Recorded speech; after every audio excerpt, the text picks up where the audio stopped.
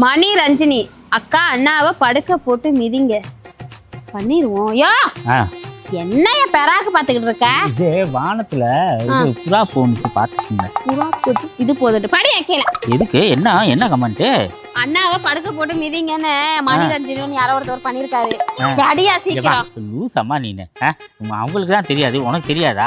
இப்பதானே சாப்பிட்டோம், 2 மணி நேரம் ஆகட்டும், அதுக்கப்புறம் படத்துக்கு தூக்கி போட்டு மிதி. அவன் அடிக்கிறதுக்கு அப்பாயின்மெண்ட் கொடுப்பீங்க. எனக்கு 2 மணி நேரம் கழிச்சு ஒர்க் இருக்கு. எனக்கு கொஞ்சம் சொல்றேன் கேளுமா.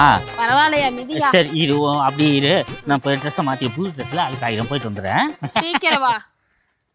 கேமராமேன் அப்படியே வெயிட் பண்ணுங்க, வந்துருவாரு. One eternity later.